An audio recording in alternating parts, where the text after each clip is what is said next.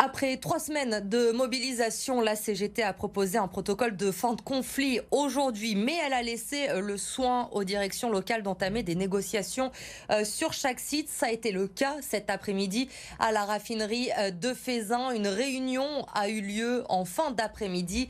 Les précisions sur place de Lauriane Pellaud. Le mouvement des grévistes est reconduit à la raffinerie de Feyzin. C'est une décision prise après près de 2 heures de négociations entre les délégués syndicaux et la direction de Total. Les syndicats n'ont pas obtenu tout ce qu'ils avaient demandé, à savoir notamment le recrutement de 4 personnes au sein du service des expéditions. En revanche, Total promet des investissements sur ce même service. Ce n'est pas suffisant pour les grévistes. Écoutez Pedro Alfonso, délégué syndical CGT à la raffinerie de Feyzin. La latitude était donnée au directeur de site, en local.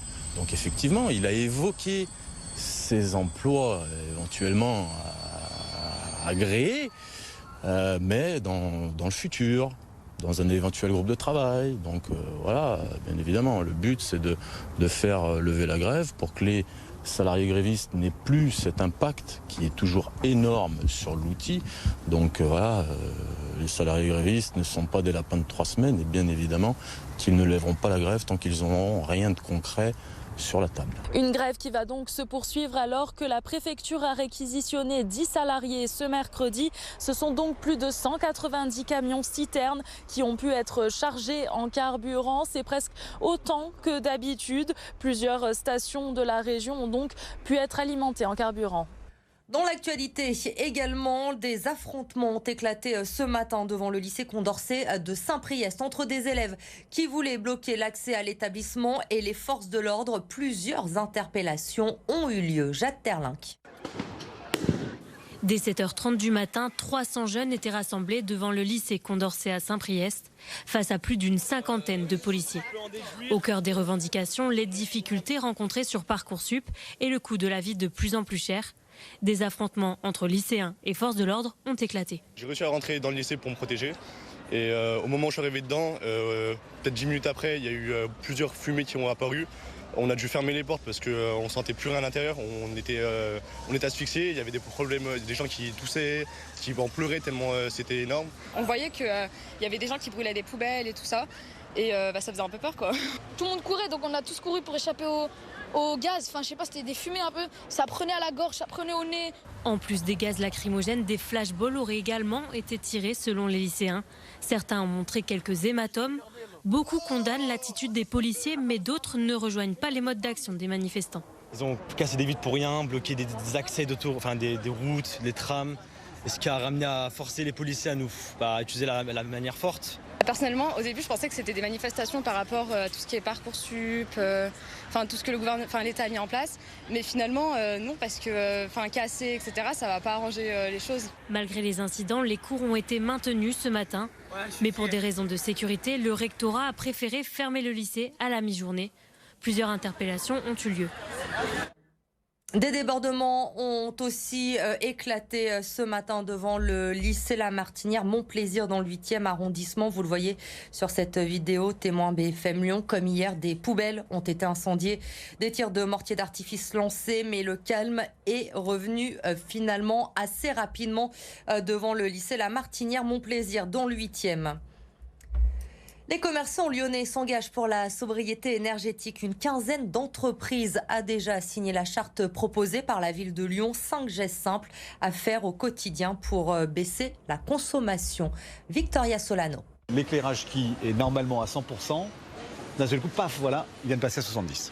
Éteindre les vitrines à partir de 20h, ne pas utiliser de panneaux numériques publicitaires ou encore limiter le chauffage à 19 degrés et la climatisation à 27.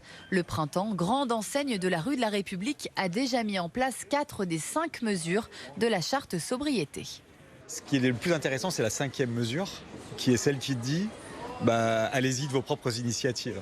On est en train de prévoir un renouvellement des chaudières en remplacement des chaudières par des pompes à chaleur. On est en train de revoir tout le renouvellement du parc d'éclairage par des LED. Et enfin, la dernière, qui est une mesure test qu'on vient de voir à l'instant, c'est de baisser le niveau d'éclairage de 30% en journée. Là aussi, on serait déjà à 30% d'économie, ne serait-ce que sur ce niveau d'intensité.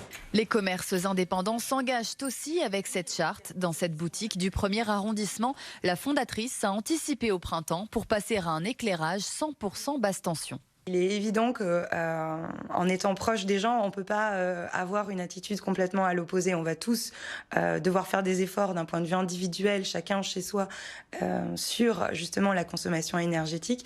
Et c'est évident que c'est dans cette démarche-là qu'on s'inscrit avec nos clients. Lancée ce mercredi par la ville de Lyon, une quinzaine de commerces ont déjà signé cette charte qui fait partie des 18 mesures du plan de sobriété énergétique de la ville. Objectif, moins 10% d'économie dès la première année.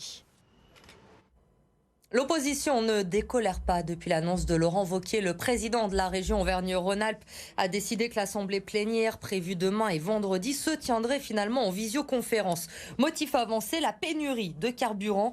Mais pour l'opposition, c'est tout simplement un déni de démocratie. Selon elle, Laurent Wauquiez veut simplement éviter de se justifier sur l'affaire du dîner des sommets qui aurait coûté 100 000 € aux contribuables. On a un président de région qui est pathétique, qui n'est pas très courageux. C'est clairement antidémocratique. On sait très bien qu'un débat en visio, on n'a pas du tout la même possibilité de débattre.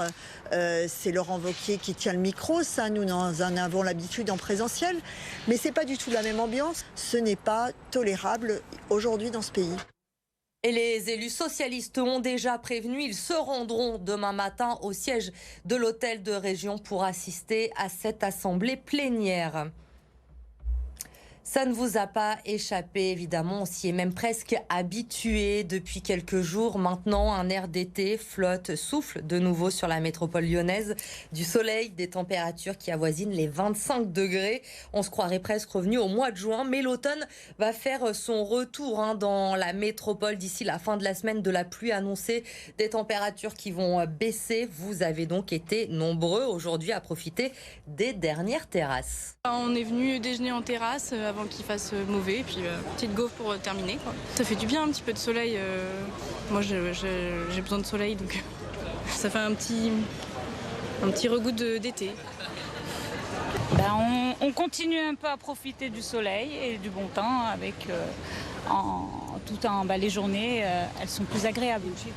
On en profite un maximum et franchement c'est très très agréable. On a encore l'opportunité de pouvoir manger à l'extérieur, donc on est vraiment au top. Ballon d'Or lundi soir est déjà affiché en grand dans son club d'enfance, le SC Bron-Terraillon. Regardez cette fresque inaugurée aujourd'hui de Karim Benzema. Elle a été faite en quelques heures seulement. Les enfants étaient très fiers cet après-midi de pouvoir poser devant cette fresque l'idole du SC Bron-Terraillon, lui qui a foulé ses pelouses alors qu'il était tout jeune. Les jeunes se sont pris en photo aujourd'hui évidemment devant Karim Benzema. On a commencé lundi et par contre on n'avait pas fait le ballon d'or. Du coup on attendait pour pas porter la poisse et puis lundi soir qu'on a eu le résultat, mardi matin on s'est mis sur le ballon. C'est plus qu'une fresque, c'est une fierté parce que ça représente énormément de choses pour nos adhérents et pour nous coachs. De la persévérance, parce qu'attendre 35 ans pour avoir le ballon d'or, c'est que ça a été plus de 15 années de travail. Nous les fleuves, c'est la nouvelle exposition du musée des Confluences. Elle va débuter vendredi et elle prend une toute autre dimension après l'été que nous venons de vivre. Des épisodes de sécheresse qui sont de plus en plus fréquents, l'eau, ressource essentielle, mais de plus en plus menacée. Le musée vous propose justement un voyage au fil de l'eau. C'est une sorte de promenade dans un gigantesque fleuve imaginaire qui rassemblerait tous les fleuves. Et on sent bien qu'au fond, on est les enfants de ce grand fleuve imaginaire. J'adore avoir cette collection d'animaux, j'ai l'impression d'être un enfant, mais j'adore, il y a une collection de peintures incroyable parce qu'on voit des regards très différents qui sont des regards romantiques, puis après des regards des regards des impressionnistes. Il y a un très beau Pissarro, il y a un Monet, vraiment c'est merveilleux. Et puis on apprend des tas de choses et puis il y a un film incroyable où on a l'impression qu'on est dans le Rhin et on se baigne dans le Rhin. Et pourquoi est-ce qu'on ne peut pas se baigner dans le Rhône ?